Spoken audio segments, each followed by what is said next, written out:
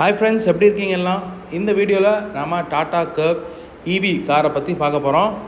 இந்த கர்வ் இவி எப்படி இருக்குது, battery specifications, battery warranty, kilometre range, charging எவ்வளோ நேரம் போடணும், அப்புறம் மொத்தம் வண்டி எப்படி இருக்குது, இது எல்லாமே இந்த வீடியோவில் நம்ம பார்த்து தெரிஞ்சுக்கலாம். ஸோ உங்கள் ஃபேமிலிக்கு நீங்கள் ஒரு அழகான ஒரு கார், ஒரு 18 லட்சத்துலேருந்து ஒரு 23 லட்சத்துக்குள்ளே ஒரு கரண்ட் வண்டி, இவி வண்டி நீங்கள் வாங்கணும்னு நினச்சிட்டு இருந்தீங்கன்னா இந்த வீடியோ உங்களுக்கு யூஸ்ஃபுல்லாக இருக்கும்.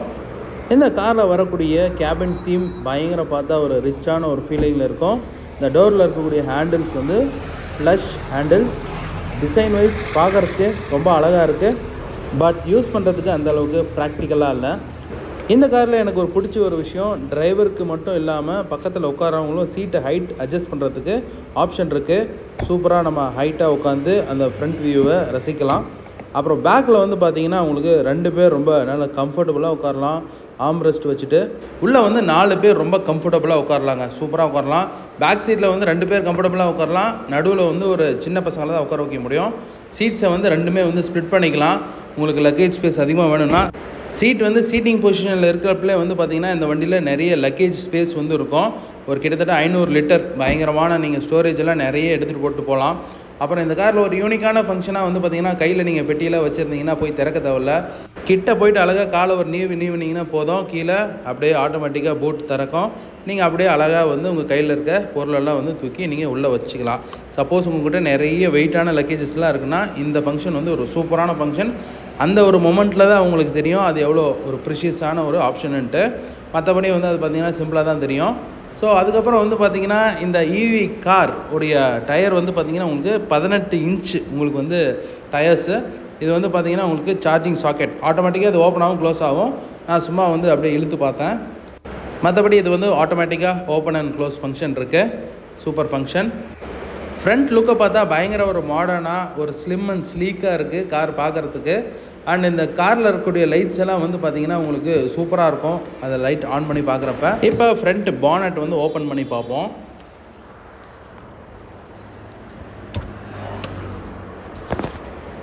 ஃப்ரண்ட் பானட்டில் பார்த்திங்கன்னா உங்களுக்கு குட்டியாக ஒரு ஸ்பேஸ் இருக்கும். 11 லிட்டர் கிட்டத்தட்ட வருது.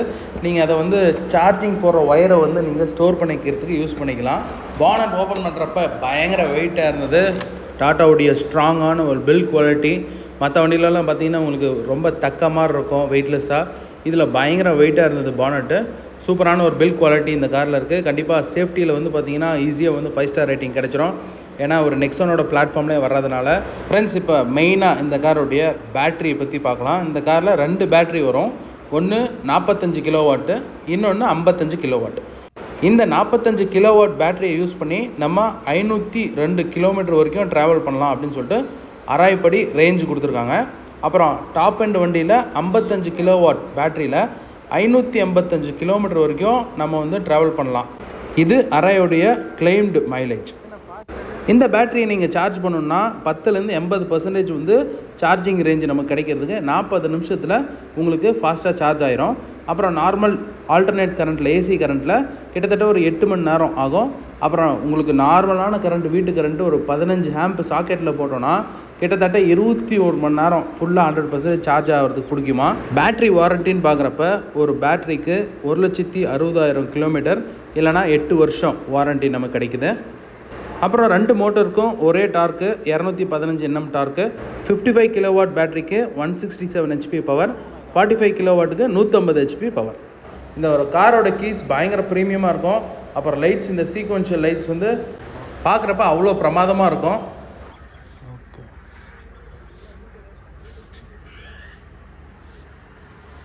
இது லைட்ஸ் நைட் டைமில் ஆன் ஆகிறதுங்க. ஓகே. அண்ட் இந்த ஸ்டேரிங் பயங்கர லைட்டாக இருக்கும். உங்களுக்கு டேர்ன் பண்ணுறதுக்கெலாம் very very very easy. Super steering wheel ரொம்ப சூப்பராக இருக்குது. நீங்கள் டேர்ன் பண்ணுறப்ப அப்புறம் ட்ரைவ் பண்ணுறப்பெல்லாம் கண்டிப்பாக இந்த காரோட டிரைவிங் வீடியோ பாருங்கள், லிங்க்கில் உங்களுக்கு மேலே வரும். அதில் பார்த்து இந்த காரோட டிரைவிங் எக்ஸ்பீரியன்ஸ் எப்படி இருக்குது அப்படின்றத தெரிஞ்சுக்கோங்க. இப்போ இந்த காரில் சேஃப்டிக்கு என்னென்னலாம் கொடுத்துருக்காங்க அப்படின்னு பார்க்கலாம். 6 ஏர்பேக் கொடுத்துருக்காங்க. அப்புறம் ஏபிஎஸ் இருக்குது, அப்புறம் இபிடி இருக்குது, அப்புறம் எலக்ட்ரானிக் ஸ்டெபிலிட்டி கண்ட்ரோல், அப்புறம் ஃப்ரண்ட்டில் பின்னாடி பார்க்கிங் சென்சார்ஸ் இருக்கும். இப்போ பாருங்கள், பேக்கில் உட்காந்துறவங்களுக்கு எவ்வளோ லெக் ரூம் ஸ்பேஸ் எல்லாம் இருக்குதுன்னு பார்த்துக்கோங்க. இந்த கூலாக இருக்குது பாருங்கள் இந்த லைட்ஸ், இது வந்து பயங்கரமாக சூப்பராக இருக்கும். நீங்கள் வேணால் சேஞ்ச் பண்ணிக்கலாம். அந்த கலரோட ஆப்ஷன்ஸ் வந்து நீங்கள் மல்டிபிள் கலர்ஸ் டிஸ்பிளேல நீங்கள் சேஞ்ச் பண்ணிக்கலாம். ரொம்ப கூலாக இருக்குது பார்க்குறதுக்கு. ஃபியூச்சர்ஸ் எல்லாம் சூப்பராக கொடுத்துருக்காங்க இந்த காரில். 360 டிகிரி கேமரா இருக்குது. அப்புறம் எலக்ட்ரிக் பார்க்கிங் பிரேக் இருக்குது வித் ஆட்டோ ஹோல்டு ஃபங்க்ஷனோட. அதுக்கப்புறம் உங்களுக்கு hill start assist, hill descent கண்ட்ரோலும் வரும். நெக்ஸ்ட்டு டயர் ப்ரெஷர் மானிட்டர், டயர்லலாம் எவ்வளோ வந்து ப்ரெஷர் இருக்குதுன்னு உங்களுக்கு ஸ்பீடோமீட்டரில் இருக்கக்கூடிய டிஸ்பிளேலே நீங்கள் பார்த்து தெரிஞ்சுக்கலாம். இப்போ நெக்ஸ்ட் லெவல் ஃபியூச்சரான அடாஸ் ஃபியூச்சர் இந்த காரில் என்னென்ன ஃபங்க்ஷன்ஸ் எல்லாம் இருக்குது அப்படின்றத பார்க்கலாம். அடாஸில் உங்களுக்கு adaptive cruise control with stop and go ஃபங்க்ஷனோட.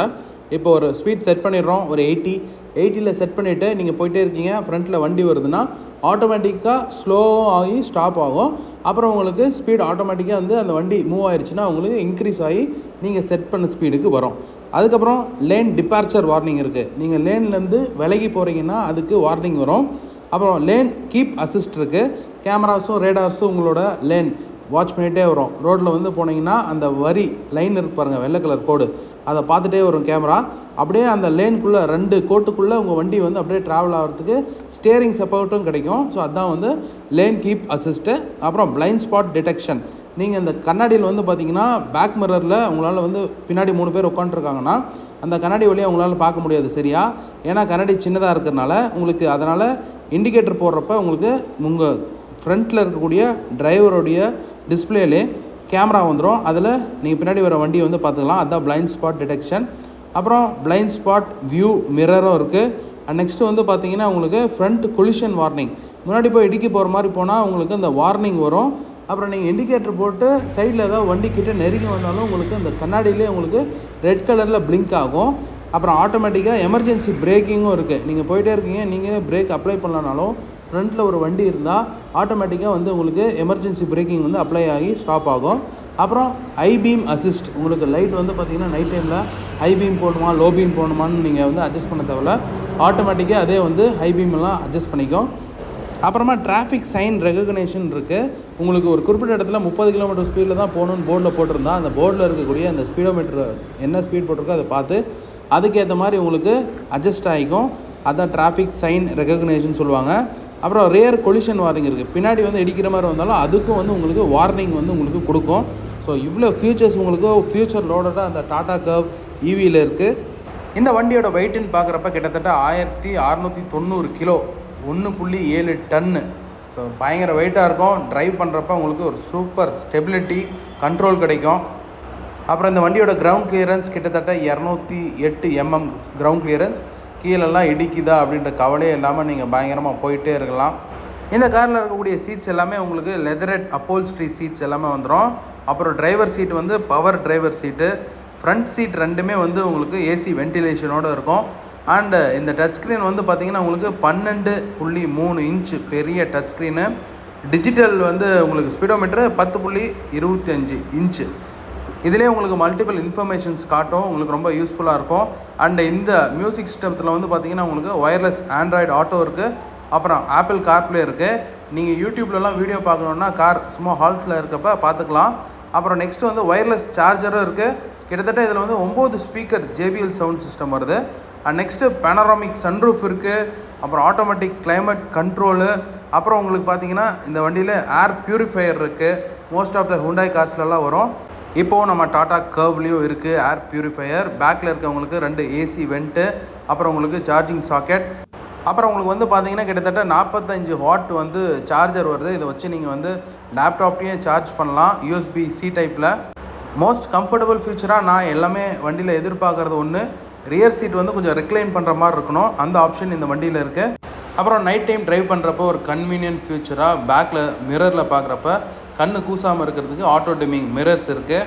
அப்புறம் ஃப்ரண்ட்டில் இருக்கக்கூடிய லைட்ஸ் வந்து LED projector head lamp, auto headlight ஃபங்க்ஷனோட. நைட் ஆனால் வந்து ஆன் ஆகிக்கும், மார்னிங் வந்து ஆட்டோமேட்டிக்காக ஆஃப் ஆயிரும். அப்புறம் மழை வந்தால் ஆட்டோமேட்டிக்காக ரெயின் சென்சிங் வைப்பர்ஸ் வந்து இருக்குது. ஸோ ரெயின் வர்றப்போ ஸ்பீடு ஆட்டோமேட்டிக்காக அட்ஜஸ்ட் ஆகி வைப்பர் வந்து ஆட்டோமேட்டிக்காக வேலை செய்யும். மோஸ்ட் ஆஃப் த வெஹிக்கிள்ஸில் இப்போலாம் நிறைய வந்து ஃபியூச்சர்ஸ் எல்லாம் வந்து கொடுக்குறாங்க.